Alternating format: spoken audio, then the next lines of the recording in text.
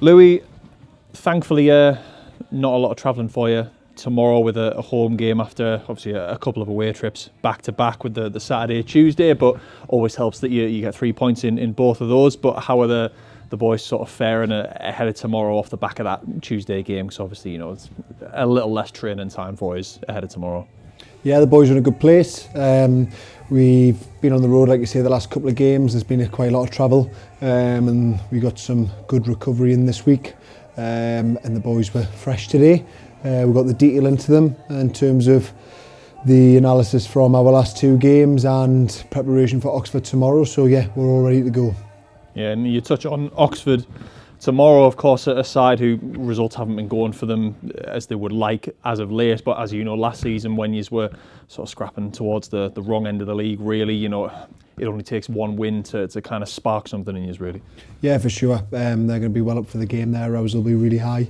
So we can't just match it. We have to go above that and take it to a different level if we want to have anything out of the game. And that's been the real consistent message today in terms of that. Ultimately, they are fighting for a lot. The results that they have received in the last three games are possibly not really reflective of the kind of the bigger course of the season. And ultimately, when you're down there, you know what I mean, there's no team is that far away from the rest of the teams in this league to be on the bounce of 4, 5, 6 games in terms of negative results. So they'll be looking to change things around, and we've got to make sure that they don't do that at our place tomorrow. Yeah, and you mentioned the sort of, keeping high standards and that type of thing off the back of recent games. Obviously, form's going well in your favour at the moment, but do you feel like it's any easier or more difficult to sort of maintain that when you are on a good run of form as opposed to, when the form's going against you and you're trying to sort of get people back up to that point? I think it just presents different challenges. So the run of form equals confidence in the group, in that there's clear passages of play in and out of possession which we can reflect on in recent games, and highlight that to the boys in terms of to be consistent with that and to try and hit their markers again. Where the new challenges lie is consistency and complacency, in making sure that we don't have complacency and that we're consistent in our approach and our mentality, our respect for the opposition, and then also how we execute our game plan on a game by game basis. That's the real challenge. So tomorrow, there's been a lot of recovery this week, so the boys will physically be in a good place, but it's going to be a mental challenge more than anything to make sure that we hit our standards that we set. Yeah, and in terms of recent games, a few sort of goals that I suppose people wouldn't normally associate Gateshead with in terms of set pieces and getting crosses in, scoring headers. Of course, Mamadou's had a couple in the last couple of games. You've been on the score sheet yourself off a bit of a loose ball from a set piece, but is that something you've kind of been working on specifically to try and add a bit of an extra dimension to your arsenal, when, as a few teams have been here at home, particularly, sitting back and not really kind of affording much space in behind, and so that gives you a little bit of a different option perhaps? Yeah, we've been working on how to create more goal scoring opportunities, how to try and get our XG up, more shots on target, and we reviewed our games, especially when we played against a couple of teams consistently, Eastleigh and Hereford for example, that played a very low block and really condensed the spaces, and we had to be a little bit more effective in the wide areas. Obviously we back our patterns and our combination play and our quality in them intricate sequences to really get out of pressure and to find the spare man, but sometimes you just got to respect the fact that we're playing at a level where when there's 11 bodies or 10 bodies in a small area, defending that box, it's hard to break down. So we have addressed our set pieces, we've looked to put more balls at risk, whether that's in open play and trying to threaten the space in behind, or whether that's from crosses, so that first of all we can try and score from them first contacts, but second of all to create chaos on that second, third and fourth phase of attack, really to try and punish teams maybe when they're less stable and not necessarily set for our attacks.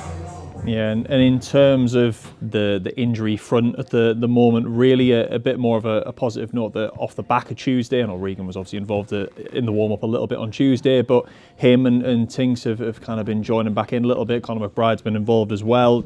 People like Kenton maybe not joining in fully, but still sort of in and around it more than they have been able to do in recent weeks. So things are, I suppose, looking a little bit more positive for you on that front. Oh, for sure, yeah. We had a lot of the injured boys who have been rehabbing and kind of transitioning back into training in a session yesterday, and the energy was so good. I think that's been quite infectious to the rest of the group, and especially the coaching team, to us, who we came back in from the session just absolutely buzzing with, you know, the energy, the excitement of how close some of our, you know, real talent in the group are to be coming back to be competing and adding to the group.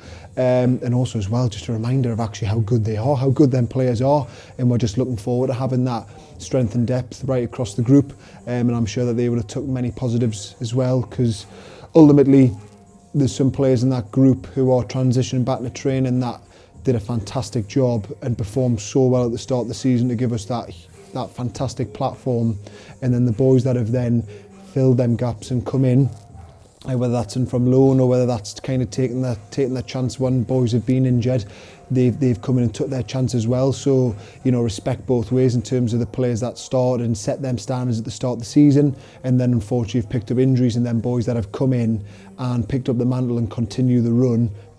Yeah, it's a great buzz around the group.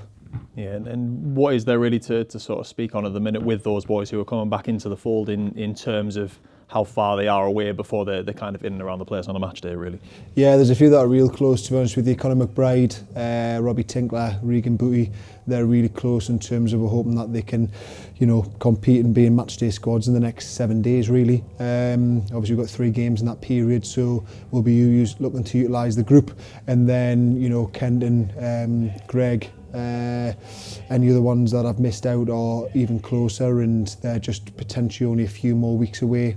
Tommy as well. So yeah, first of all, to have the strength and depth is great from a management point of view, but just to see the quality of all them boys coming back in, and then also as well, I referred to it in a meeting earlier in the week in terms of having everyone back together in the family, you know what I mean? Because when you do have injured boys in such a group that we've had, sometimes training sessions and training days can feel a little bit fragmented, because you've got players up on the pitch, you've got players in the gym, you're doing post-analysis meetings where, you know, you're working with the players that are involved in the group. So it's been great to have the family back together, and we're getting closer and closer with that, and we're going to need the family for this running for sure.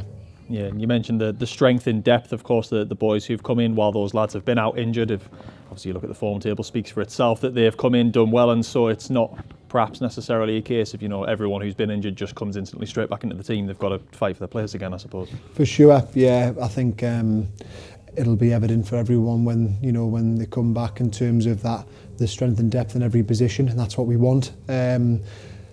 We touched on it in terms of, you know, there will be times where we will pick players based on merit of performance or how they've trained, but we want to be in a position, especially with the running, we're essentially got Saturday, Tuesday between now and the end of the season. We're playing against teams that are going to be competing for them promotion in playoff spots just as much as us, and we're going to play against teams who are fighting for their lives, so every game's going to be so difficult, and we want to be able to pick players for specific games for the game plan to, you know, exploit or nullify the opposition's strengths and weaknesses, and if we all buy into that and we're all, you know, playing our part, you know, ultimately it's the, you know, the pack stronger than the lone wolf, so that's the mentality for everyone.